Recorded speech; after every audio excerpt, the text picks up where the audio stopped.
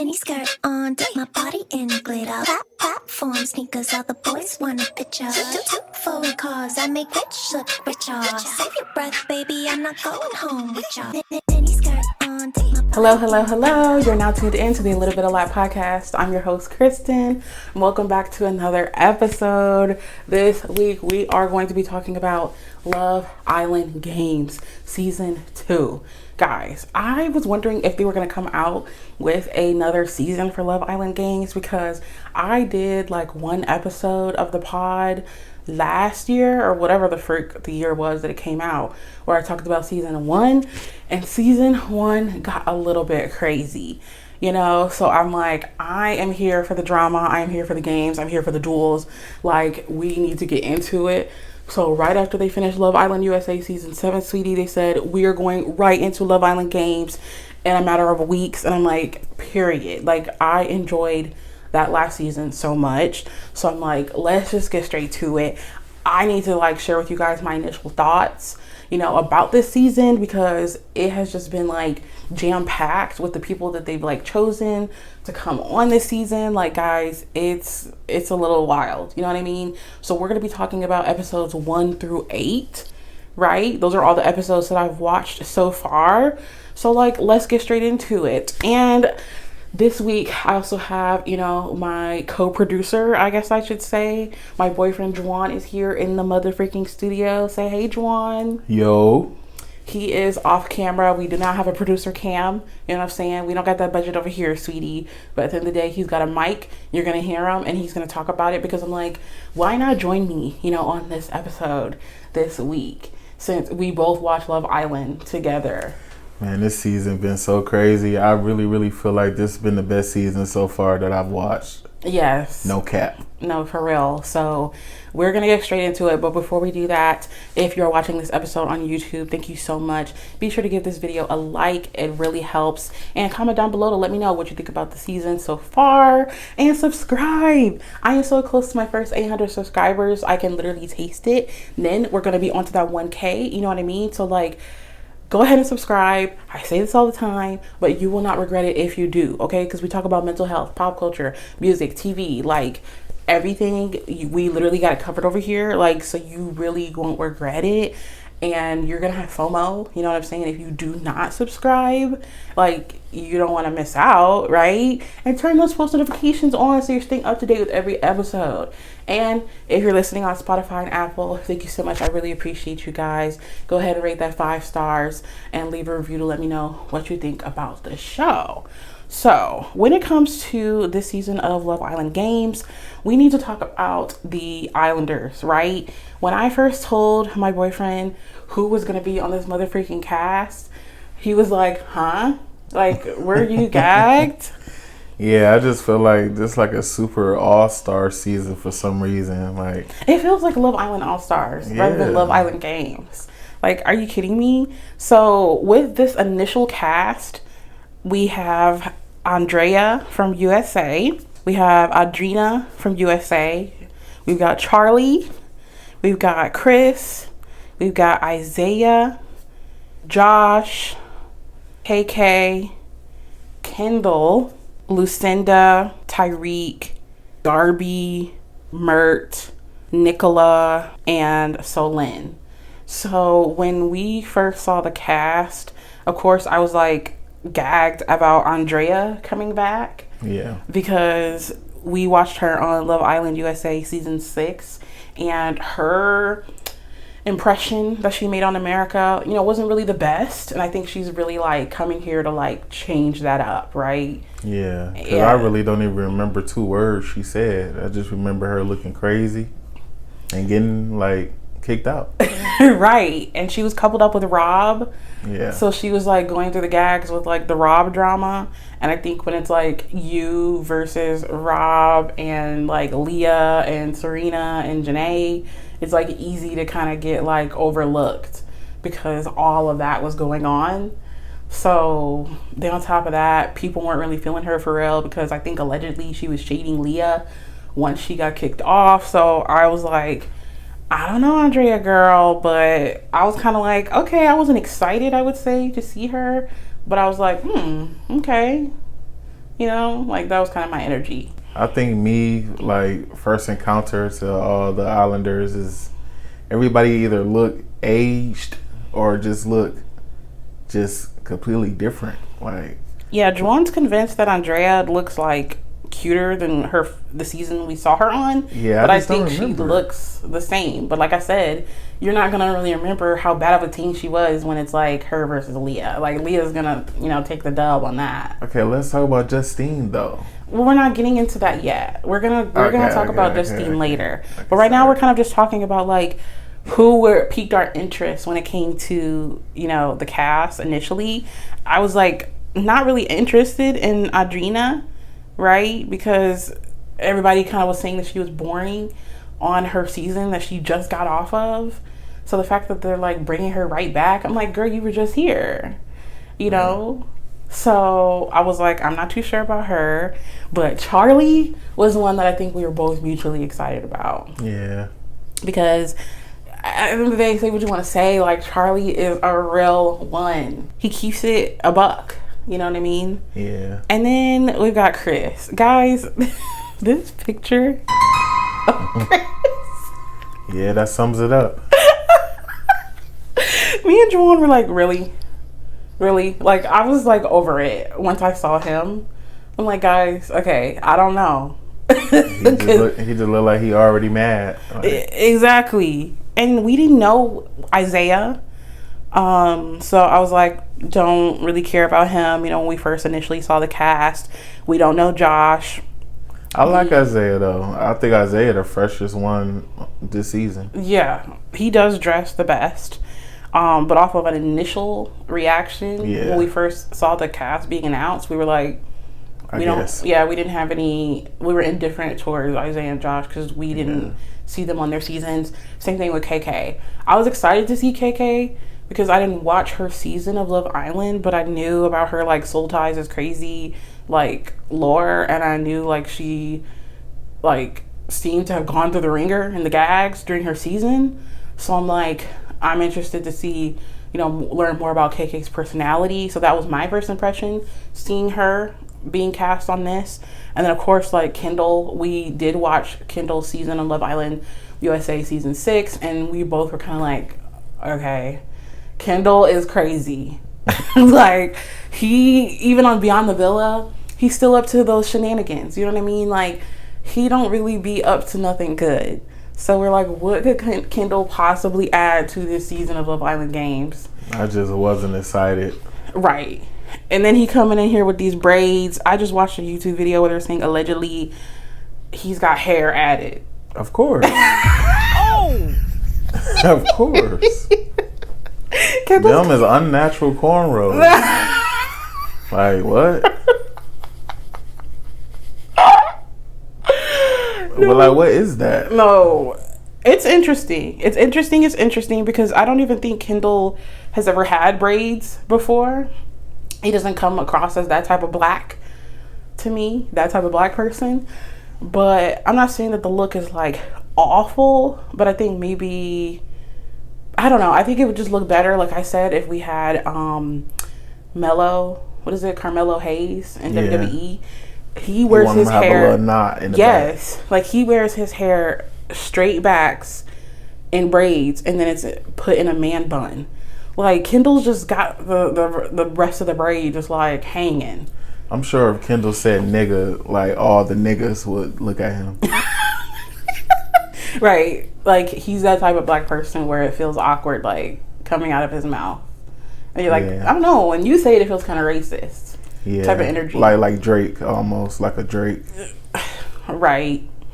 I mean, we both feel differently about Drake, but you have always felt that way. Yeah. We didn't know Lucinda. We didn't know Garby. So I'm like, let's see what they give. But we did know Tyrique because we did watch his season of Love Island UK. Tyrique, my boy. Yes, like, we gotta get Tyrique on the pod. No, Tyrique, if you're listening to this and you want to come on, like, I'm sorry, I have been following Tyrique since he came in that villa on his season in UK, and since he left, I've been following him. I listen to his music he's released. Like, my boy can kind of rap. Yeah, he can kind of rap. Like, he's just like, at the end of the day, yes, he is like blunt. Yes, he is kind of messy. Yes, he says a lot of diabolical things that you're like, why did you say that? But at the end of the day, it's like you can't help but love him because you know that he's being himself. Yeah. He's not being fake. He's being authentic. And he makes good TV. So it's like, regardless of how messy he is, it's like when you know somebody's being real, it's like we couldn't really like hold that against him. You know what I mean? But like, he is like lethal. Like, I would not personally be a strong soldier enough to deal with his antics and the way that Ella did during his season. Child, he put her through the ringer. You know what I mean? But I feel like they both did. I mean, yes, you know, Ella was a lot, but at the end of the day, like, Tyrique says some crazy, the things that left his lips, it's like, if I were personally Ella, I would have bunched up his lips with my hands and tied a rubber band around them and said, shut the freak up. But that's just me. So is Tyrique the greatest male islander of all time? No, he's not the greatest male islander of all time, but he's like top contender TV. I can't think of no one better. Well, yeah. We don't know Mert, we didn't know Nicola, and we don't know Solene. So that just kind of gives you a description of like who we were familiar with, who we were looking forward to, who we were kind of indifferent about. So then we get into episode 1 and they get straight into it. The Islanders are introducing themselves to each other one by one. Some of them kind of know each other. Some of them had no clue who each other is. On top of that, I think it's very interesting that they have people from different countries. So of course, a lot of the US people are not going to freaking know like Garby or Nicola or Mert because they were on like Love Island Malta, which like I didn't even know Love Island even had that many shows in that many different countries. All I knew about was UK and Australia. Oh yeah, on Peacock they be showing like France, Africa, yeah, all type of stuff. So that was really interesting seeing them like, you know, get to know each other for the first time, see who kind of knows each other or who like knows of each other type of energy. And it's crazy because like everything was going Gucci until Chris came in the villa. Chris comes in the villa on episode 1 and he's acting like he's the king of Love Island because he was just there 3 seconds ago. Right. like, yeah, let me show you all around. No, and that's literally what I have in my notes. Him going around and meeting the new Islanders, like, and trying to show them a tour of the place, like it's his crib, was crazy to me.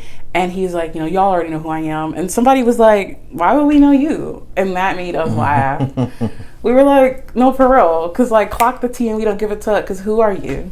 Like, who are you? Like, that's when we knew like somebody big. No, literally, that's when we knew like, all right, we're sad. We're sad because off rip, it's not going good for Chris. And then I thought it was just like really interesting because as we're kind of going through episode 1 and people are getting to know each other, you know, of course, like on traditional Love Island, they're usually like, what's your type? You know, what's your type? But here they're like, let's get straight to it. Are you here for the money or are you here for love? And seeing people navigate those conversations was really interesting because a lot of people were saying that they are here for the money compared to like last season. You know, I think it kind of makes sense because the prize is 250 thou wow, like KK kept saying. So it's like, child, ain't nobody in the mood to play. Cause everybody trying to save face. Everybody trying to be, but I said it was for the money. Yeah. Just in case. I think that's kind of like a situation when it comes to like the internet. So it's like if something goes wrong and they get out the villa, then people can't say, you know, oh, will you, because then they're like, well, I said I was here for the money. I said, like you said, it's like insurance. Yeah, everybody fourth walling too much. Yeah. It's almost like. And I've seen a lot of people say that. They feel like the constant conversation of, oh, the money, the money, the money, like throughout every episode is like, okay, dang, we get it. Yeah. So like I get your point. Like it feels like y'all are just breaking the fourth wall too much. It feels like y'all are a little bit too aware, and the vibes have definitely changed from season 1 to now, where it's like people are like, I don't care anymore. I gotta keep it a buck. And then we have like the first challenge, but basically they have to like run through a wall and then go in this like slime bucket and like find their hearts, and then once they gather all their hearts, then they have to go into a sand thing and find something in the sand. Then they had to like run and go through, and it was a whole thing. So every single person went against somebody, and then in the end they like basically announced like who was the fastest and who was the slowest from like, you know, start to finish. And some of the people that you thought were going to do well in the first challenge, like athletically, did not. So it was really questionable. The whole challenge was like kind of a mess. And like one thing that stood out to me, because I'm just going to really talk about things that kind of stood out to me, you know, in this episode. But one thing that stood out to me the most was during that challenge, Josh was like in the slime and he's like trying to find the hearts, but he keeps picking up Tyrique's. And instead of just like throwing it back in the slime and then being like, anyway, he just keeps like holding it. And then like gets mad when Tyrique's like, oh, thanks, and grabs it. And it's like, what else am I supposed to do, brother? You just holding the thing, I'm gonna take it. You know, since you keep finding mine, you know, thank you. And then once they were done, Josh just felt like so bitter about that. Man. And he's like, okay, yeah, well, you only won because I found all your hearts. And it's like, for the rest of the episode. No, literally, like Josh would not let that go. And this is our first impression of Josh. So we're like, okay. Sore loser. Literally, like it gives sore loser energy. And I think Ariana said something about that, the host. That was like, that's not good sportsmanship or something. I can't remember, don't quote me on it. But it's like, this is not going well for Josh. Like clearly, we already see that he's extremely competitive. He's extremely petty. He's a sore loser. And he just gives like aggressive energy for some reason. And it's like only challenge one. So we don't know what the frick the deal is. And on top of that, he's got those jarring blue piercing eyes. It makes him look kind of like an alien. So I'm a little bit scared. You know what I mean? If I were in the villa, I'd be a bit intimidated by him because it's like, brother, relax. But that's the thing. I gotta give Josh one thing. You know, he's black. He's black. He's definitely black. Yeah. There's no that is not a white man with blue eyes. No. He's a black man with blue eyes. You're saying Josh is invited to the cookout. Yes. He seems like the type to listen to black music. He passed the temp fade test. Right. Okay, period. You heard it here, folks. Juwan says that Josh is a light skin. He's light skinned. Yeah. Okay. So then after they do the challenge, you know, everything's all good. Like I said, Chris did the, you know, tour of the villa. That was really cringy. And then that's when we get to see Solene and Charlie come in. So that was exciting because we love Charlie, but like Solene, that was our first impression of her. And I did not like her like slick back hairstyle. Yeah. I was like, I like Solene though. Yeah, she's cool. She cool. I would invite her to the cookout. She can't bring anything, but it's like if we were cool, and I'm like, girl, you could come by. Like you can come through. You know, maybe teach you how to play some games. Like that's the level that, and Charlie's already there. Yeah. Charlie, I think, can bring drinks. You think he could bring a drink? Or I mean, any what is he? Greek? He's so yeah, but it's not black. I was gonna say that they got beers. You bring a Greek beer. Oh, so you think he would bring that exotic? Yeah. You know what I'm saying? Put people on to drinks. Yep. Yeah. So that's when Solene and Charlie come through, and they are heartbreakers, and they basically have these like heartbreak necklaces on, and they get to kiss anyone that they want and couple up with anyone that they want, even though everyone is already in a couple. So that was Gagatron, because I'm like, we didn't really know who they were gonna pick. And then that's when Solene is walking around, and I thought that it was very interesting that she's looking at Mert. Mert is not trying to look at her, because like it don't really seem like he's really interested, because at that point he likes Lucinda. And then Solene chooses Mert because he won't look at her. Like, girl, what the freak? I feel like that's kind of pick me energy, in my personal opinion. No shade, no tea. Well, why would you pick the man that clearly is showing that he doesn't have any interest in you because you feel like, oh, he wasn't looking at me. Okay, now I'm gonna make him. Like, girl, what? Like, what were your thoughts on that decision? She probably like a challenge. But it's like, girl, we already got enough challenges going on. You trying to make another challenge for yourself? But I feel like she bad enough to do that though. Like, she really looked like an actress. Like she finna be the next Kill Bill or something. Oh my God, right. So Juwan's giving her a pass on that decision. But I thought it was kind of weird. You know what I mean? Like, I personally wouldn't choose that, to go out of my way to couple up with someone that like doesn't really want to couple with me. But she did mention that in her confessional that like it added to the mystique and mystery, and that's what made her intrigued about Mert. But like, I guess. And then that's when Charlie chose Andrea, which then made Josh upset again. So now our first impression of Josh is just like double time like Aggie, because he's like found another reason to be pissed. Like, is he a hater? Like, what's going on? No, literally. And he was like, yeah, then he gonna come in here and steal my girl, you know, and plus Charlie didn't even look me in the eyes. Like, what? What are your thoughts on that? Maybe because they too bright. Nobody want to look at that shit. I would never want to lock eye contact with that man. You know what I mean? Do you think, as a man in this situation, that Charlie owed Josh anything? Of course not. Exactly. So that was a chop. And I'm like, okay, Josh, we move on to episode 2. That's when we then find out that now, you know, because Charlie chose Andrea and Solene chose Mert, that means Josh and Lucinda are now single and vulnerable. So we're like, dang, Josh is really upset. Lucinda, she's really upset because she's like, girl, I'm not having a good day. Like, Lucinda is already like from off rip being like, oh, I forgot this is Love Island Games. You know what I mean? Like, I don't know if Lucinda even watched the show before she came on, but clearly she didn't know what the frick was going on. And that's when we see that KK is thirsting over Chris, and she basically begs him for a kiss only hours after being coupled up. And that was awkward because then she's like, oh, we only kissed in the challenge. And he's like, well, that was still a kiss though. Like, that's not good enough. And she's like, well, you know, it's just a challenge. And it's like, Chris, are you gonna get the hint or what? Like, are you gonna kiss this girl or not? Like, like what? Like, I understand that you're here for the money, but if you got a bad team in front of you, you're not gonna try to be on that. I'm gonna need you to post this picture up again, and then that's gonna answer everything. The picture of Chris during the Islander reveal, because what is going on? He looks like a serial killer. No shade, no tea. So that was really interesting because I'm like, Chris, like, what? Like, do you like KK or not? So then after that, that's when, you know, Adrina and Tyrique, we kind of like see more about their couple. And I feel like they're kind of just doomed from the start because she didn't really do that good in the first challenge. And she's immediately expressing concerns to Tyrique and saying that, like, I'm scared you're going to switch up on me, you know, for somebody who's a better competitor. And in true Tyrique fashion, he does. I don't know what she expect. Like, what? No, literally. Like, why would you expect anything else from this man?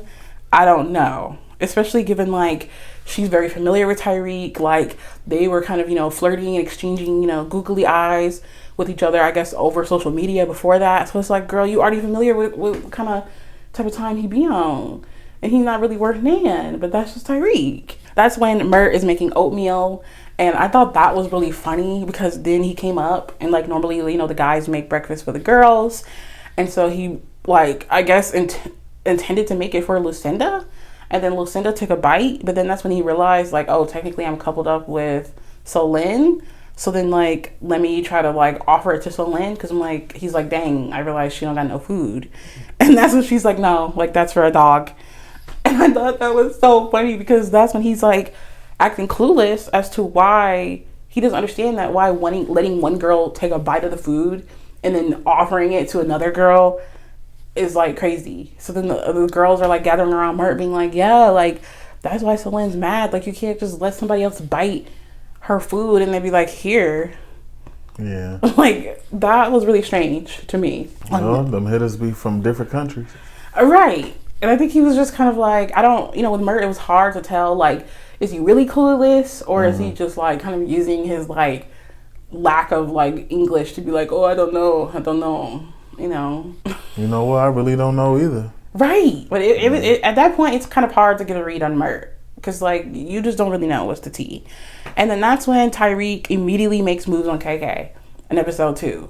Like right after Adrina was crying and he's like, no, it's fine. In true Tyrique fashion, he starts, you know, putting that Mac on KK.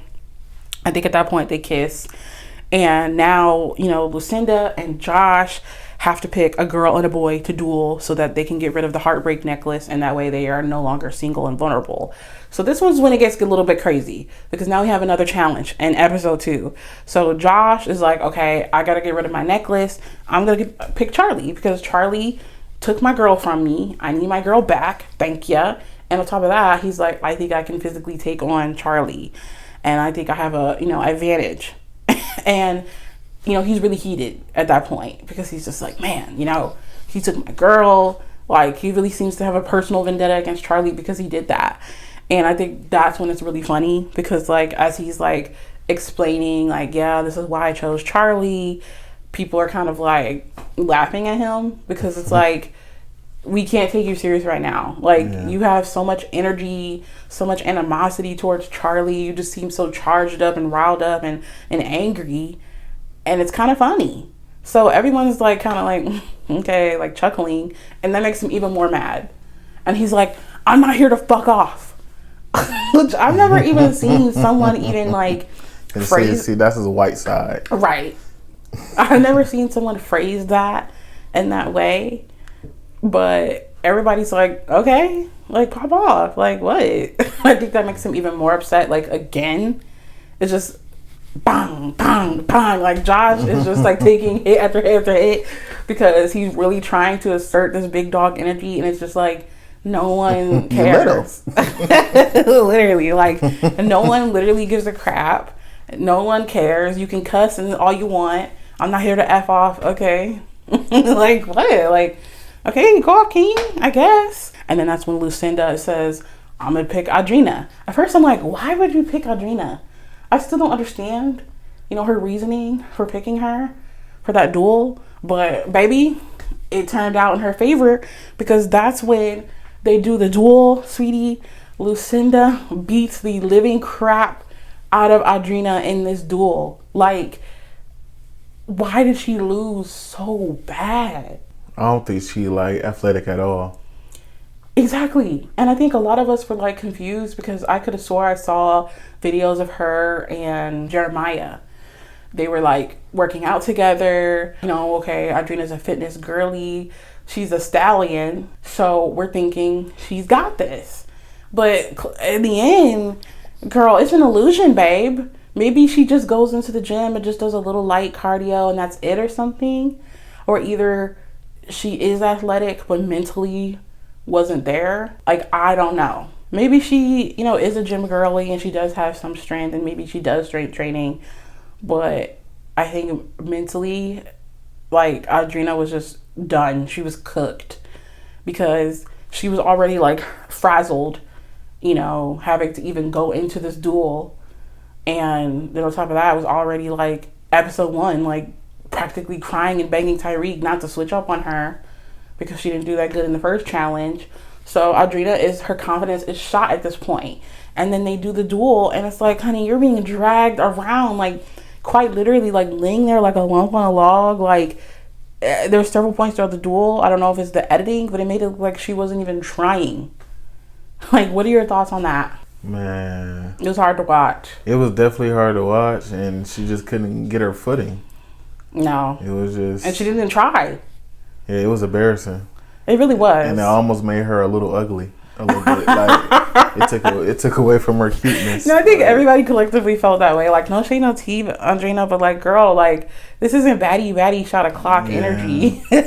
Her rating just going down as the days go by. And then on top of that, she's like at the confessional being like, I just feel like I have something to prove because, I didn't really get to like show much of myself in like my last season. And it's like, girl, it ain't looking no better. It ain't looking no better for you, sister. By tomorrow, she's going to be a 7.5. Oh my God. So that was like literally sick and twisted. And then that's when, we see Audrina literally get chopped and screwed by Lucinda. She loses the duel. And Charlie tried, on the other hand. He really did try, but Josh won. So that was that. And I think it was just kind of funny because like during the duel, when they like went into like round 2, that's when the host Ariana was like asking Tyrique, hey, like, do you have any words of encouragement for Audrina, during the duel? And it's like, Ariana, what did you think Tyrique was gonna say? You know what I mean? Like, that, I just feel like that was not even appropriate to even ask that man to give words of encouragement. He's so quick with it too. Literally, like, that's not his strong suit. Like, that is not, from what we know about Tyrique, like, would never ever like peg him to be the person to be good at words of encouragement. Like, what? And I think he just ended up making Adrina feel even worse, because he's like, okay, try to stand on your feet, Adrina, because 5-0 is crazy. I was like, whoa. So he tore her down when she was already down. He kicked her while she was down, I should say. I'm like, okay, period. And that's when they reveal, after the duel, that Johnny and Justine are coming. Justine has won Love Island twice already, and Johnny has come second place to Justine twice. And a lot of people didn't like the fact that Justine is back, but I like her. How did you feel about it? You know, when I first met Justine, I didn't really care for her that much. I just remember her being problematic. I don't know if you remember. No, yeah, she was really problematic. We saw, our first impression of Justine was from last season of Love Island Games, season 1. We hadn't seen Justine before that. Yeah. And I think, not that she was necessarily problematic, but there was drama going on because her and Ray were best friends, but then the girl that Ray was coupled with, like, wasn't really effing with Justine. Yeah. So then it felt like it was a divide. But I think in reality, the problem was the girl that Ray was coupled up with. Like, she was so strange. Oh, well, I just remember bits and pieces. But her, I just feel like she looks like she glowed up, like, a lot. Like, I feel like she got a slight weight gain that just, everything just went into the right places on her. Yeah. And she, like, got a glow to her. Right. Plus, she's got, she didn't come in with braids this time. She's got that, wavy bust down. She looks good. Yeah. And of course, like, from a girly standpoint, Johnny looks the same. And that's a good thing. Like, Hannah done had a baby. And it's giving father. But he's still a bad teen. Justine's a bad teen. So we're like, oh, it's gonna get turned up. So that's when we go into episode 3. And, Adrina is like, down in the dumps, honey, because she done lost that duel and she feels like a fool. Okay, she's embarrassed. She literally says that she's embarrassed that she lost to Lucinda, because at that point, like, everybody thought Adrina was gonna win. And Tyrique at that point is, like, obviously disgusted with her now, because he's like, girl, that was humiliating. And now that Charlie and Adrina are, single and vulnerable because they lost their duel, they get to go on a date the next day with the 2 new bombshells, Johnny and Justine. And the gag is, child, Adrina and Johnny already have history. A couple months ago, after she got out the villa, I guess they linked up and they had a little fling, and they ended up kissing. Right? They're like, let's pick up where we left off. And on top of that, let's not tell people that we already know each other. What are your thoughts on that? Johnny is, this is chess, not checkers. Johnny is that guy. If Tyrique not the greatest, Johnny is the greatest. So. Yes. Johnny. My fellow Gemini. No, for real. He is a 666 Gemini, and everybody's already acknowledged that he's gonna bounce from one girl to the next. So far, he's been well behaved for the most part. But last season of Love Island Games, child, he was all over the place. But at the end of the day, it's like, it's hard for us to really hate on Johnny, because once again, just like Tyrique, we can tell that, like, he's blunt, he's real, he's honest, he's authentic, and again, he makes for good TV, and he's a bad teen. So what can you really say? Then we move on, to episode 3. Some more shenanigans happen. And I think what gagged me, I wrote down, was that Chris said that he thinks he intimidates the guys. That's what you think, Chris? Christopher? The one I said, hey, yeah. I wrote that down. We're going to get into that, sweetie. We're going to get into that. Also, during the episode, Johnny was gagging it. Because then I'm like, of course, we think of Johnny coming in, he gonna be cool. No, he already starts on his shenanigans just like Tyrique. He be saying the craziest stuff because he's talking to, Adrina, and he's like, yeah, I came in here, like a superhero, like I'm kind of like a superhero. Like, I'm kind of like your knight in shining armor, Audrina. Like, I'm here to rescue you. Like, I'm here to save you. Like, she's just some damsel in distress, which I guess technically she is because she's freaking useless when it comes to the challenges. But the fact that Audrina was like, oh yeah, like, right. Like, girl, stand up. If that were personally me, we already talked about it, I'd be like, no, but... I feel like if you Adrena, you better not say that. Well, yes. If I were Adrena, I would have won that challenge. Right. That's the big difference between me and you. No, Nikki. Like, what? So that was like so Gagatron that Johnny kept saying that. He just, I'll make your knight in shining armor, right? It was facts, though. If you that trash, yeah. I'm going to say it like two more times. Did you hear me? One more time? No, literally. And then after that, they play this like little challenge game where they have to like, the teams, the couples have to like hold onto the string and like balance this like heart over these wires. And it's almost like the game Operation where like if the heart touches the wire, then they have to start all over again. It's this whole thing. Yeah, I ain't like that game. Yeah, that game was like whack and intense for no reason and kind of boring. Basically, that's when Audrina and Johnny and then Charlie and Justine, for this game, they get to pick a couple to go up against. And that basically results in the Islanders having to choose to save, in the end, either Kendall or Charlie. And that's when we see that Charlie goes home. Like, on episode 3, Charlie going home is literally crazy work and sick of Dementor. Like, I stand Charlie. I wanted Charlie to last longer. Yeah, but I don't know. He's not athletic. He's skinny. He wasn't gonna last. Everybody in there body lift and some like muscles on muscles. Everybody in there. Well, yeah, especially if he went to toe to freaking Josh. Yeah, Josh looks like a freaking alien pit bull. Then he's gonna lose. But like, I personally was like, Kendall over Charlie. I was surprised that so many people went for Kendall, but then again, like, ultimately Kendall's been on this P's and Q's, so he's like very impressionable and like, you know, he's been very nice so far. So I can see why people voted for him. But Charles, that was season 6. I don't know, we would have voted for Kendall, babe, because the season 6 Islanders weren't really living for him like that. But whatever. Charlie goes home on episode 3. Disaster, in my opinion. Then we go to episode 4, and that's when Chris is basically saying that, like, even though, you know, he's here for the games and not love, he keeps giving googly eyes to KK. And that was a really awkward moment when they were sitting in soul ties, and he just keeps staring at her, and he's like, I just like looking at you. I just like looking. It's like the way that Chris talks when he's talking like that makes me want to reach through this. It's like too much violence that he enacts in me because he's so cornball. You don't like nobody that speaks and shake their head. No, literally, that's true. He speaks and he shakes his head. He's gonna rock them cheeks, and it's like, Chris, shut up! Like, it's literally giving corn on the cob. Like, this ain't Thanksgiving. I can tell you something you don't know. Like, hit up. He needs to GTFO like literally yesterday type energy, and like that whole moment was literally cringe because he's just like, yeah, I just like looking at you, and KK's like, oh really? Meanwhile, he don't even know that KK kissed Tyrique the night before.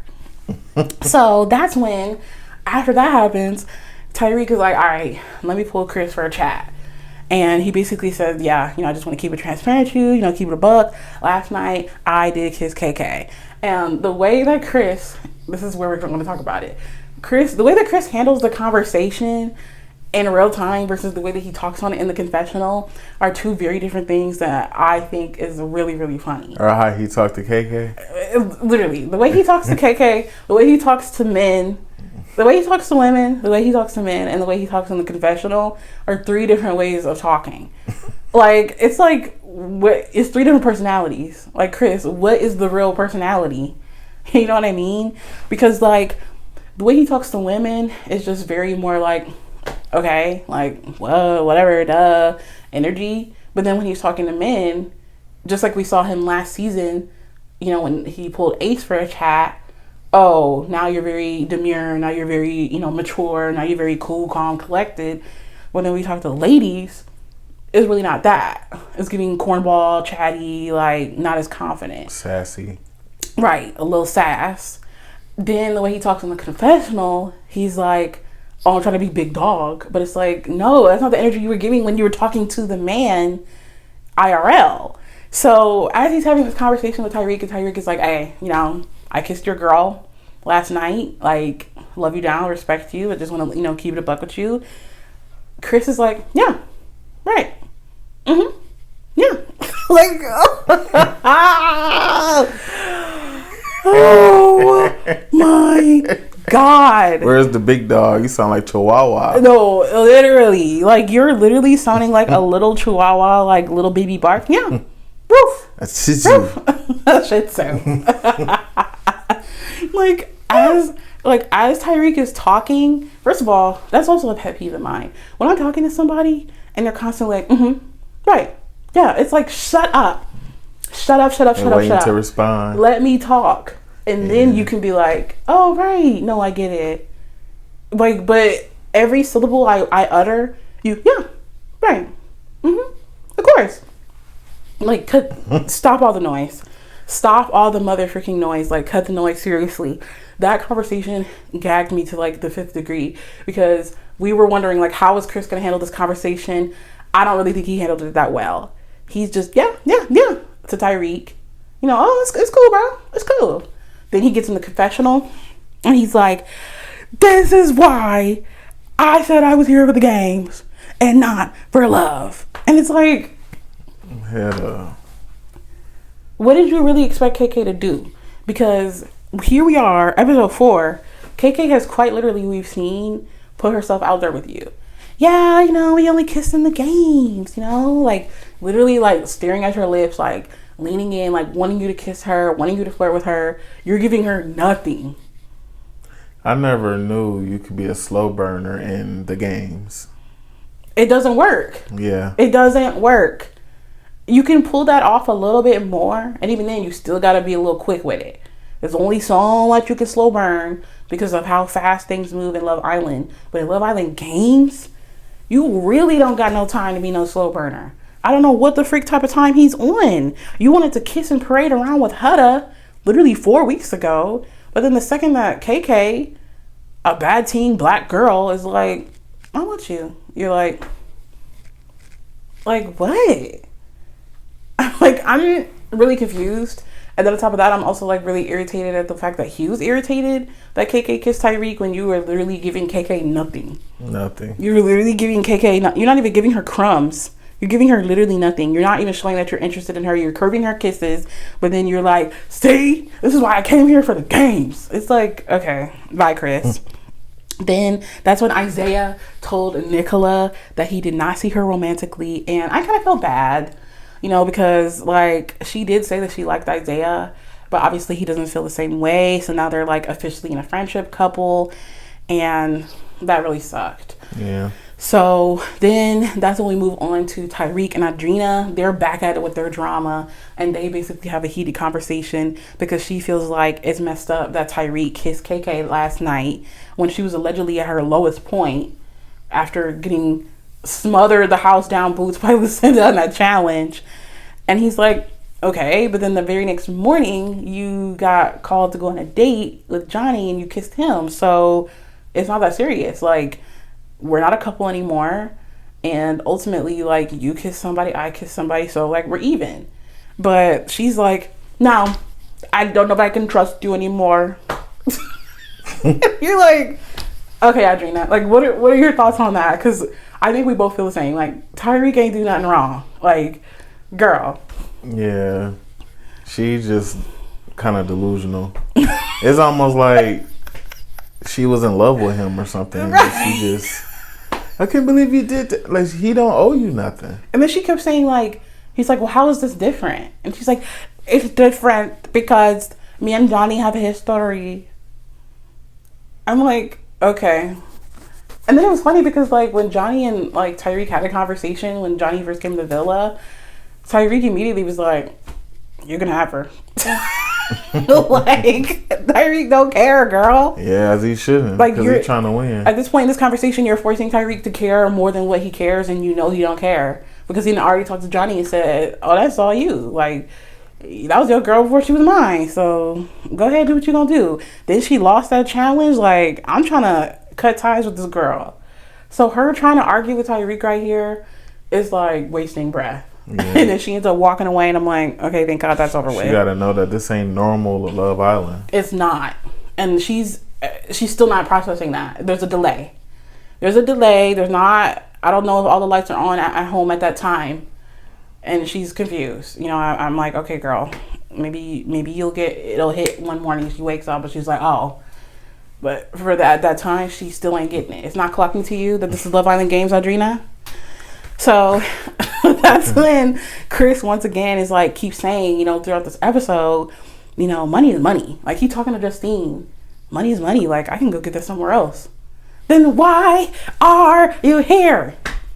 Why are you here?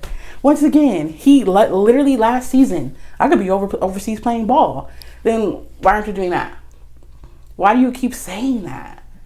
Like, I don't really think that you would even have access to earn $250,000 if you went overseas. So what? Then that's when Toby comes in as a bombshell.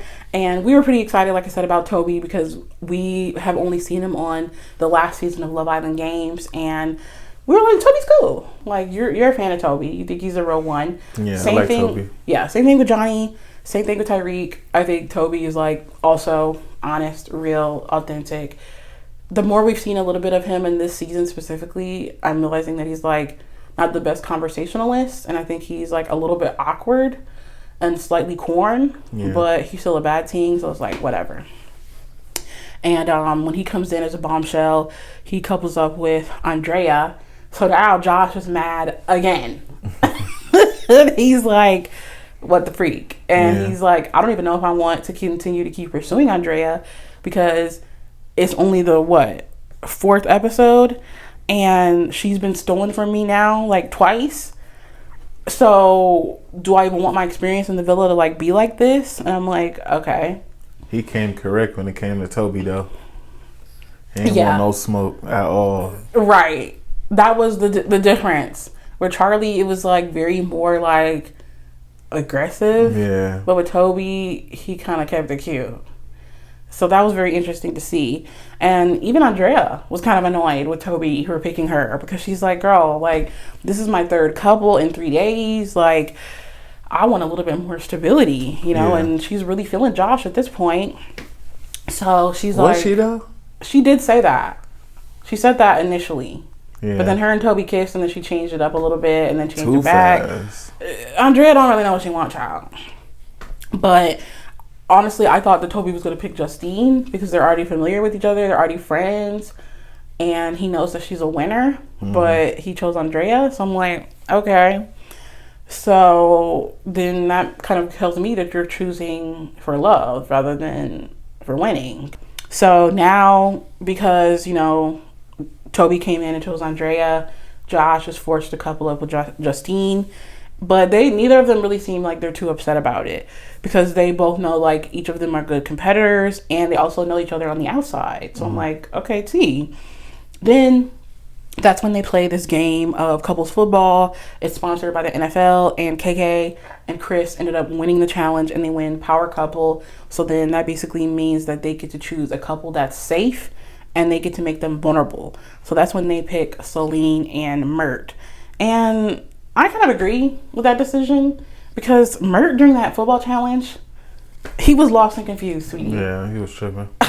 It's like, do you agree with that decision as well? Yeah. Definitely. And Mert was like, the freak, like, why you choose us? And Chris was like, well, you're in a friendship couple. And Mert was like, that don't make no sense. Mert got $1 million smile. He really does. Like, he do. Like, he looks ungodly. I guess. Or I ain't gonna say that. Godly. I ain't gonna say that. But he do got $1 million smile. He looks like he could be, like, in a freaking Greek show where they're like, this is the son of Zeus. And he comes down and he's like, hello. And you're like, Whoa. He's like a famous soccer player. That's true. We stand the mole, but ultimately, like, Mert, you got a lot going on, child. And at that point, Mert is like over it, and so is Solene, because surprisingly, Solene really tried to like pick up for them and get the dub, and they ended up actually doing well in the challenge, even though Mert was like literally acting clueless and like confused the whole time. Solene reeled him on in, so the fact that they were safe and then now they're vulnerable because of Chris and KK, they were not feeling it. Then we have episode 5, that's After Sun. We don't watch After Sun. That brings us to episode 6, and Mert is still pissed. And he's like, I don't know, like, why you choose us. Chris is still giving the same explanation. It's literally giving season 7 of Love Island USA with, like, Ace and Taylor, and it's like, the explanation ain't explaining. You know what I mean? Like, I don't really understand the logic behind your decision, like Ace, but what can you do? They had to make a choice. And I think at this point, this is the most we ever heard Mert talk. Because Mert is not having it. After KK and Chris are power couple, KK is kind of like, okay, like, even though, you know, Chris is a little boring and he's literally not like giving me much of like literally anything, clearly this is a good thing though, because on a game standpoint, we just won power couple, so maybe I really have a chance to win this money. So she's kind of like, maybe I should like really like be serious with, you know, Chris and like lock in. So when she's like chatting and like flirting with Tyrique, Tyrique tries to give her a kiss and she curves the kiss, you know, because she's like, I want to focus on Chris. What are your thoughts on that? I mean, shit. All players take L's sometimes, man. Literally, because even Tyrique was like, dang, like, guys, that's how you know I'm like down bad. It's confessional. Because he's not used to girls saying no. I was like, okay, Tyrique. And that's when Justine basically is saying that Tyrique already kind of has her head scrambled, which I'm like, girl, you just got here? How does he already have your head scrambled? But whatever. Because she's saying that she likes him and Chris, but she also says that she feels comfortable in her, you know, couple with Josh because he's technically a good competitor. But I don't really think that Tyrique genuinely likes Justine. I think he I don't think so either. Okay, I was going to ask you your thoughts on that. I think he just wants to win. Yeah. I do not think in like any world Tyrique would actually pursue Justine. Yeah. And that's no shade. Like we both think that Justine is like gorge. Right. But it don't make sense for like the type that Tyrique you know, usually dates. But he's playing the game. He quite literally did say like, oh, I like playing games. And somebody was like, oh, like something. He's like, no, like manipulating people. Like he's already claimed it like publicly. Like, I'm going to manipulate people. And I think she knows that like he ain't really on none for real either. So watching them navigate their, you know, flirtation was interesting. And that's when we see Nicola, you know, she really starts stressing at this point, you know, in episode 6, because she's like, girl, we've been here for a little minute, and, you know, ultimately, like, I'm stuck in this friendship couple, you know, I'm feeling Isaiah, but he's not feeling me, and I just want, you know, guys to look at me the way that they look at the other girls, you know. And that's when she's talking to Garby, and Garby, like, you know, comforts her, and I just feel bad, you know, because ultimately, like, I don't think that Nicola is ugly. She just has a different type of look. Ultimately, like, she's, you know, fine the way that she is. Like, I'm all for, like, self-love, but also I'm all for, like, getting cosmetic surgery if you want to get it. And I think that she would eat down with another job. I like Garby, though. I don't like her her wigs, but... Oh, yeah. Is that her real hair? I'm trying to figure that out with Garby. I'm trying to figure... I don't know if that's a wig or not. I think and does she wear lotion? Because I swear... She be looking a little ashy. Like the bottom of her booty. Oh, yeah. Garby, you don't need some ointment, Nivea. But I think Garby is like one of those type of girls like Kendall, where you like grow up in a predominantly white area, and I think that kind of like reflects in her hair. Maybe. I mean, I'd have to check out her socials and see if she's had any other type of hairstyles. No shade, no tea, but we're not really feeling the hairstyle on you right now, sweetie. But, you know, love you down. Garby seems like a real one. She seems really nice. And I love that she was there to comfort, you know, Nicola. And that's when we fast forward in the episode, and basically the vulnerable couples then got to choose whether they want to hear if America voted them off, or they get a choice of opening up a box and randomly seeing who gets sent home. So those are two big decisions to make. Like, do you leave it up to fate or do you leave it up to America's voting? And that's when Andrea basically says that she feels like she wants to go with choosing like the box because she doesn't trust America after she got sent home in her last season of season 6 of Love Island USA. But America did not send her home. Like, I don't know if you remember that, but she got sent home by the Islanders. The girls had to vote, and then that's when they found out, like, oh, we pick Andrea. And that's when Rob was like, oh, okay, well, I'm going home too. You know, congrats, because now you're sending 3 home. Maybe because she got dragged online still. Yeah, that's where she's saying, like, I don't trust America in that way. But it's like, girl, technically, we had nothing to do with you getting voted off. So putting that on us, I didn't get it, but whatever. And ultimately, you know, after episode 6, after they choose, you know, okay, should we go with the box or do we choose, you know, if America votes us home and voted to send us home, they go with saying, okay, what did America say? And America voted to send Solene and Mert home. So RIP to Mert and Lucinda's relationship.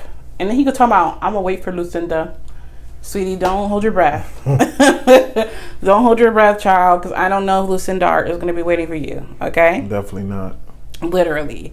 So then we have episode 7, and that's when Justine at the top of the episode is basically like, I ain't kissed nobody yet. And that night, her and Josh kiss, even though they said that they're in a friendship couple, and Josh said that he was going to continue to keep pursuing Andrea, like, romantically. So it's like, girl, what happened to the original plot of the story? Like, that was y'all plan. I'm so confused. And, you know, the next morning, Justine's kind of like reflecting on her kiss and her cuddles with, you know, Josh that night. And she's like, I don't know, you know, like, I kind of liked it. And at the end of the day, like, I was feeling vulnerable. So, you know, that's why we kissed. I mean, you had a conversation, like, during that, because I was like, it was just a kiss. Like, they were just kissing the kiss. But you were like, nah. They finna be in a full-blown relationship, full-blown couple, for real. Watch. Right. Because I feel like that's kind of a dangerous line to cross. Like, I'm so confused why Josh even entertained that. Well, I mean, why not? He's black. Right. Like, at the end of the day, he's a man. So if he's, you know, allegedly, per Josh, when they were on the dock, he said that Justine was backing it up on him. So he like, I'm gonna catch it. So I'm like, okay, Josh is no better than a man like any other man. He gave in, and Justine knew she was doing too, child. So equal responsibility on both parties, I'd say.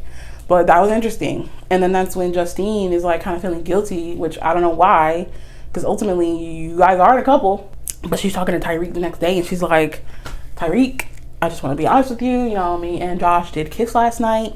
And surprisingly, Tyrique is like not really a fan of that information, because at this point he's like in a friendship couple with Lucinda. He's trying to get out of that. So he's got his eyes set on who is my next target. Like, who can I actually win this with? So he's really trying to, you know, like I said, couple up with Justine. And if she out here wilding with Josh, then he's like, okay, where does that leave me? And he was basically just like, okay, well, I'm done making you breakfast. Said, shit, I'm gonna manipulate you. You can manipulate me. No, literally. And he said maybe I should go around like and kiss other people too. And then Justine like didn't say anything back. I'm like, ooh. Like, if that's the way he handles that information, steer clear, babe. And that's when Nicola decides to like, you know, be on her baddie teams. And she's like, I'm gonna pull Chris for a chat. And she basically is like, I'm gonna keep it a buck with you. I like you. And then Chris is like, I like you too. Allegedly. I'm really not convinced that Chris actually likes Nicola, but okay. And then on top of that, like, I think their chat just like only continues to prove my perspective that he doesn't actually like her, because the chat was awkward. He's like, yeah, so if we were together, like, what would you buy me for Christmas? What the freak? Like, what are your thoughts on that conversation? Like, what was that? I mean, that's like appropriate, because she's just so sweet, and like, you don't even want to do nothing with her. Like, oh, you like grape jelly or strawberry? Like, I don't. That's something I would ask with her. Oh my God, no. She deserves actual conversation that's worth a substance. Hello? Like saying, what would you buy me? When apparently you saying you don't need the money, you don't need the money. I don't know, Chris. That was strange. So I thought that was weird. And then Johnny's like talking to Tyrique or something, and he's like, yeah, I think I can win with Adrina, but I have to be the one to pull us through, which glad he stated the obvious because we already knew that. And then that's when we have the heart rate challenge. I feel like the heart rate challenge this season was pretty awkward because everyone was like trying not to react, and people were sticking their tongues in ears, and it's like it was really weird. I just did not normally. Of course, like Kendall, man, a nosh die. Like you really nosh die, like for real. Because like. Usually I enjoy the heart rate challenge, but I was not liking it. And on top of that, like, them putting the timer on people. So then, like, everybody's kind of in a rush. Like, Johnny's like, yeah, that wasn't my best. Because he's trying to just hurry up and, like, get through other girls. He's picking up 1 girl, 2 girl, 3 girl, laying them down. Time's up. So I'm like, what were you going to do with them? What were you going to do with the 3 girls you laid down? Like, lay across their bodies? Like... horizontal. I want to know what Chris was gonna do. No, literally, because it was just awkward. It was just so awkward, and I think that there's so many shots of like different islanders looking a little bit uncomfortable, and it was like you could just feel the secondhand embarrassment with this challenge for sure. And I think it was so awkward that somehow Nicola and Isaiah won, and it's like, guys, that just proves that we lost the plot. We lost the plot with this because what the freak? Like, no shade to Isaiah, but Isaiah winning? What? But then, during the end of the challenge, we ended up getting 2 new bombshells. We got Marvin and Sydney. Didn't know who Marvin was, so... Marvin not on shit. And what's that on his face? No, because Juwan kept pointing it out and being like, what's on his face? I'm like, what? I don't see what you're talking about. He turned to the side, on the side of his jaw, kind of like close to his ear, like in his beard. Marvin has like 2 boils, and I don't know if those are like skin tags or like warts that are like kind of hiding in the beard. And it's like 2 little bald spots. I don't know what's going on, but at the end of the day, it's like 2 little droplets from a deep fryer. No, like, stop. We're not gonna sit up here and skin shame. Okay. That's a thing? Yes. At the end of the day, they got terms for everything. At the end of the day, people have skin conditions. It is what it is. Don't got nothing to do with them. We talking about Marvin. But I was like, whoa, okay, Marvin. But at the end of the day, the face card isn't, bad. Sadie, on the other hand, I was like, sister, we need something to, with that hair. The tracks are showing. We got breakage. Leave out is looking a little crazy. Like, Sydney, we gonna have to do something with that hair, sister. But yeah, those were the bombshells. Marvin and Sydney. And the gag is Sydney is Isaiah's ex. Everybody's gathering around Sydney like, oh girl, hey, how you doing? Nice to meet you. And everybody's like quickly learned that, oh, that's Isaiah's ex. And I guess apparently they dated on the season of Love Island that they were on together. And Sydney on rip is like, yeah, Isaiah cheated on me. That's why we broke up. And at the end of the day, like, I'm not really checking for him. And I'm like, oh, he's a cheater. Okay, right.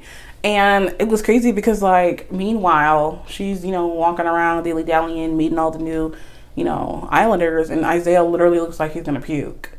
Like, he looked so uncomfortable. So that was interesting. And then that's when we see Adrina cry again. Again. At this point, Johnny's sick of it. No, literally. Like, we can't keep doing this with you, Adrina. Like, overall, you seem like a nice human being. You seem sweet. But this crying has got to stop. Like, at some point, you gotta buckle up. You know what I'm saying? Put your mother freaking boots on the ground and serve cunt or get lost. Like, I don't know, and I understand that ultimately, like, being on the show is very emotional. It's extremely, like, high stress.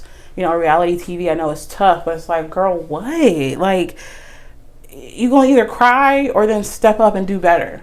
And it's like she doesn't want to do that. So she's just vulnerable, you know, because she didn't do good in the heart rate challenge. And it's like, once again, her flopping another challenge. So she's like, I could be going home. Johnny's like, yeah, it wasn't my best either. And then that's when Nicola and Isaiah get to go to the hideaway, which I'm like, everybody was gagged because it's like, you guys are a friendship couple and you guys are the first ones that get to go to hideaway. Like, what? But Nicola gets dressed up, puts on a little, you know, baddie teen outfit, and Isaiah's like, I don't care. He had on shoes. He had on shoes and socks. Dog. And he the freshest. He didn't even care about what he had on. Like, literally.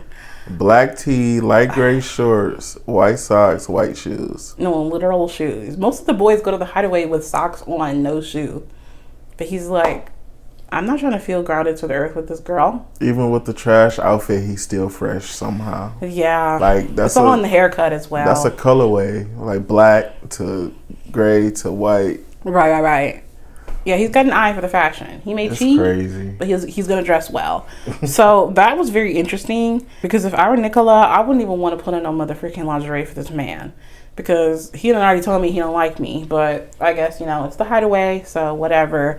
And of course, you know, when you go to the hideaway in Love Island Games, you don't really go there to do anything like turned up. You're there to make a decision to usually that leads to eliminating somebody because you're the power couple. So since they won the heart rate challenge, they're the power couple. They go to the motherfucking hideaway and they have to choose 2 girls and 2 guys to duel each other tomorrow. And then the losers of that duel go home. So now they spend all night arguing about who they're going to send home. And clearly she doesn't want to pick Chris, right? Because she has a connection with him. And she also doesn't really want to pick KK because she's like friends with KK. And the whole conversation is heated. I don't really like the way Isaiah is talking to her. I didn't really like the way Isaiah was even talking to her when they had their other challenge, where they had to do the something else. Mm-hmm. And he's like, come on, Nicola. And it's like, relax. Like, I don't like that. You know, I don't like anytime a man has like low-key heat when he talking to a girl. Like, take that bass up out your mouth when you talking to me. Like, what? And it's like, ultimately, Nicola is a sweet girl, so I don't even think you even need to be talking to her like that. Like, all she said was, I personally don't love the idea of sending Chris home because I have a connection with him. And then he's getting all frustrated because he's like, well, I don't want to send this person home and this person, I don't want to. So it's just a mess. The whole conversation is a mess. And ultimately, Nicola seems to really kind of just give in to what Isaiah wants. And when they end up, you know, coming out the next morning, they find out that Nicola and Isaiah picked KK and Andrea to duel each other, which Nicola did not want to choose KK. And then they choose Johnny and Chris to duel. And she didn't want to choose Chris. So Isaiah got his way. And then the next morning, he still had an attitude with her. And like, they're talking and he's like, well, can I get a hug? Like, and she's like, you want me to hug you?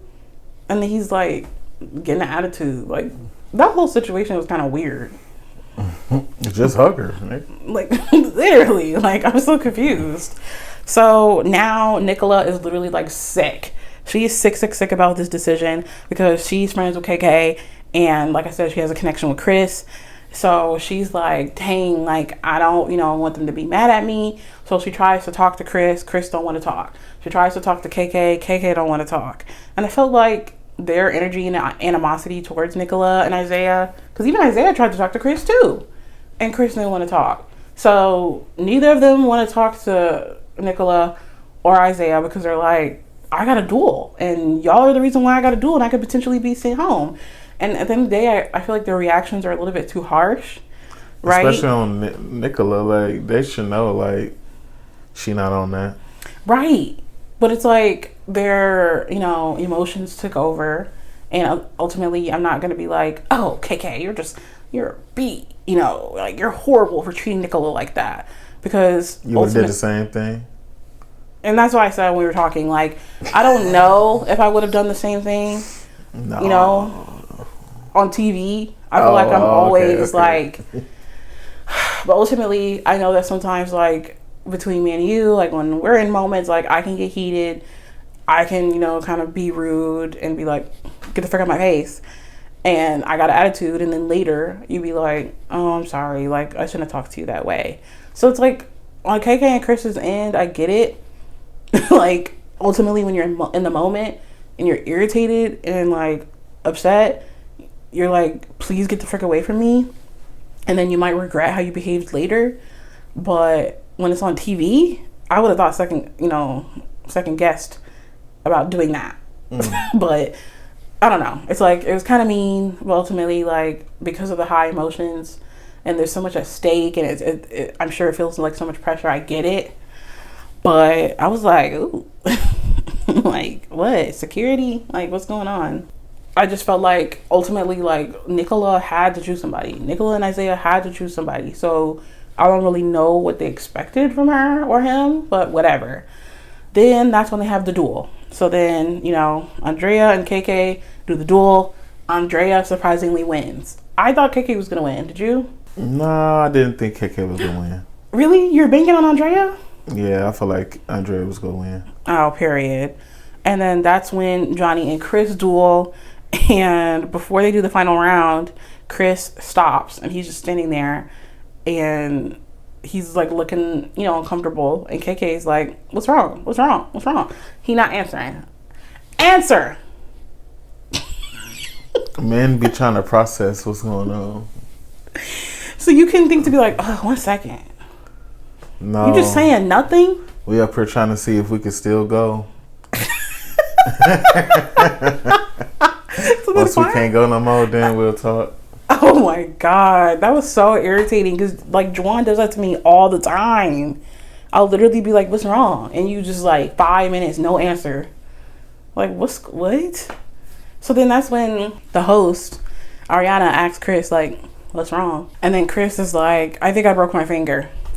So they had to get medical to come over and, you know, check everything. And they didn't even get to finish the duel. So Johnny just won off of like what, forfeit? Yeah, forfeit. Because Chris was like, I don't even think that it's even worth the money to keep going to like injure my finger even more.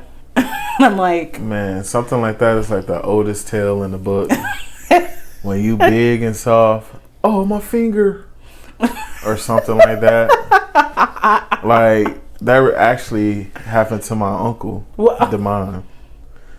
Yes. Okay, see what? Like I literally know your Uncle Damon, and he is a tall guy. So he tried out for football, you know, in high school.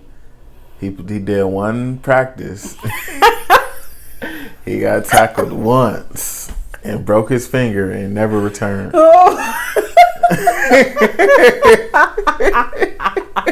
Holy crap. That is so your Uncle Damon. Like, that is so him. Like, no, F this. I'm done, child. No, literally, because it's like, you think that, okay, Chris maybe might have an advantage because he's so big, he's so tall compared to Johnny. But ultimately, I knew the win was going to go to Johnny somehow.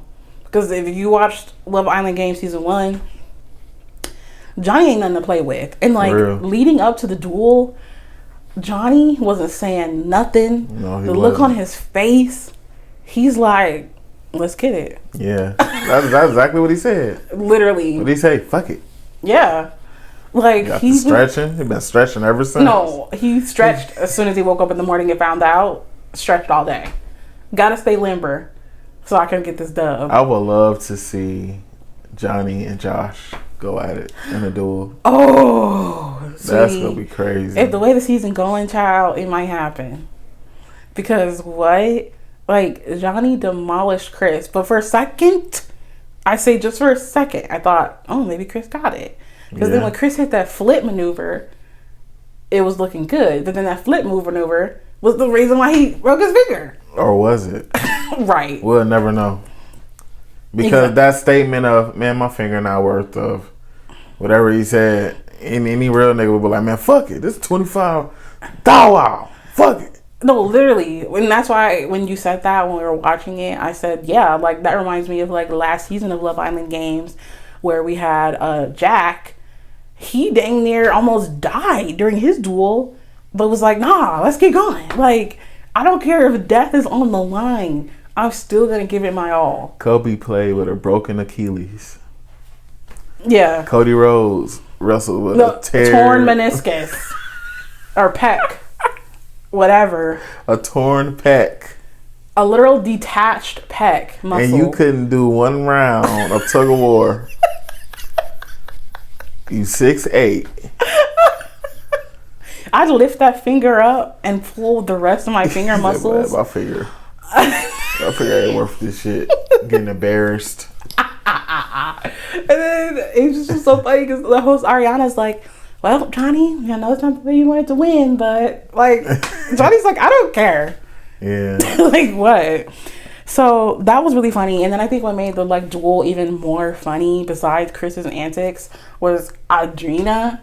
Like, child, she was literally running around that whole thing like a chicken with her head cut off, like screaming, yelling, literally about to pass out, like stressed on if Johnny was gonna win or not, because she knows that's her only ticket to win this. Man, she don't know that Johnny finna drop her. No, for real. Like, sister, you better hold on tight, because at this point, that's all you got. Man. And you could tell she felt that. So she's screaming, Johnny, Johnny. Then she turns around, falls over onto the ground, sprawled out.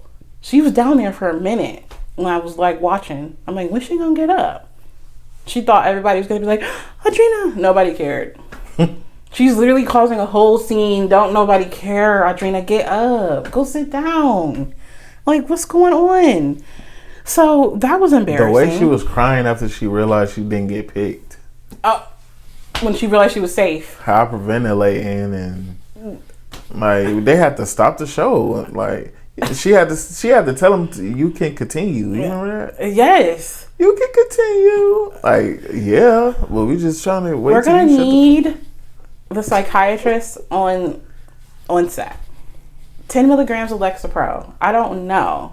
After that was really strange, dealing with Audrina's antics, but whatever. So in the end, KK lost to Andrea. She had to go home.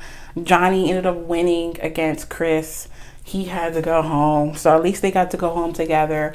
And then all of a sudden, Chris is like, yeah, I'm going to continue to keep exploring my connection with KK, after the build-up. I don't see that lasting long. I don't either. I'm almost certain KK got somebody at home. Like, no, KK's such a bad team. She's got a roster. You know what I mean? For sure. She's got a roster. So she's like, let me go to my plan B, because this ain't it, child. Like, what? Then they're so awkward, and like height difference. And ultimately, like, when Chris finds out that like she kept saying he was boring, it's gonna be a chop anyway. Because once he found out the stuff that like Hutta was saying about him, he wasn't having that either. Yeah. You know what I mean? So it's over for them before they even left the villa for real. But yeah, so that's the end of episode 8 at that point. So we're gonna, I'll continue to keep, going over my thoughts and reactions to the episodes, as we go further. But for the time being, let's talk about favorite thing of the week. Do you have a favorite thing of the week this week? Favorite song, show, thing, like what? Like what you've been interested in? I'm thinking about getting back into 2K.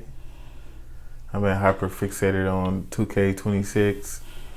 Cause I'm the GOAT. I used to run 2K. Back in my day. Allegedly, Juwan used to play with celebrities. What celebrities you used to play with? MGK. The white guy? Yeah, the rapper MGK. Yeah. I played with 2 Chainz one time. Ooh. And then it was a lot of influencers on there, like Soluminati, and people like that, Cash Nasty, people like that. Yeah, you have been watching a lot of 2K reaction videos, and that's been annoying.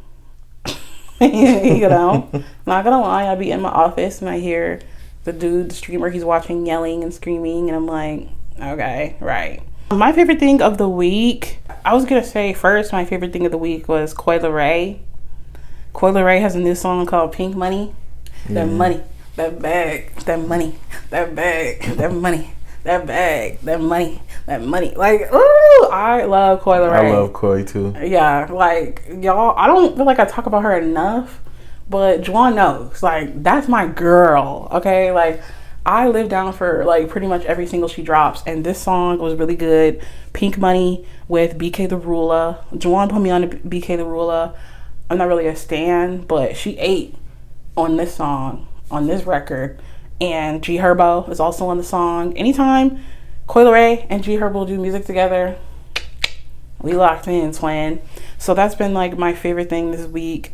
Also, there's this new K-pop group called Cordis. I think that's how you say it. And they have a song called Fashion. My tea, $5, my knee, and that's tea. Let's go. Let's get it. Let's go. On day. What's up? Hey, what's up? I'm famous. I call it fashion. Like, what? Like, those boys are literally not playing with you. Fashion eats down. Like, they're literally a new group, but they are so good. Like, you would have thought that they, like, already have been debuted. Like, I'm obsessed with watching all of their stages. They're so good. And then, of course, like you said, P1 Harmony, they are now in America, and they're about to start their US leg of their tour, and they're about to drop a English album for the first time. So they dropped a song called X, which is the title track of their new English album, and they performed at Good Morning America, period. Because coming from somebody who used to stand GOT7, like when GOT7 were still signed to JYP, their original like label, whenever they would come to America, we would never get a chance for them to go to like good places like this, like Good Morning America, or like, you know, anywhere else reputable. K-Cons? Did they go to K-Cons? Yeah, they did. They definitely did. But to like have like TV spots like that, that's such a, you know, that's such good exposure for the group. So I love that P1 Harmony went to Good Morning America and they tore the stage down.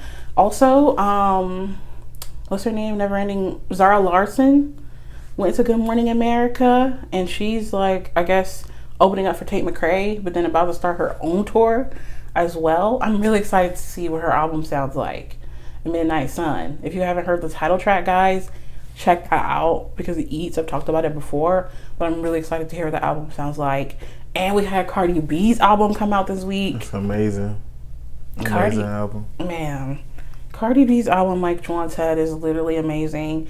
It's incredible. Like, me, I always get scared with every comeback from like every artist I ever stan, because I'm like, how is it gonna be better than the last one? Like, how is Cardi B gonna top Invasion of Privacy? But child, Pretty and a Petty is, I said, oh, Me too. Diarrhea Bia. Ooh, guys, I might have to talk about that album next week. We might have to do a whole mother freaking episode talking about Cardi B, because I've listened to the album like maybe 3 times already. I gotta listen to like another 2 where I tell you guys my final thoughts on the songs, because she cleared. But yeah. Side note, I think Zay X, what's her name?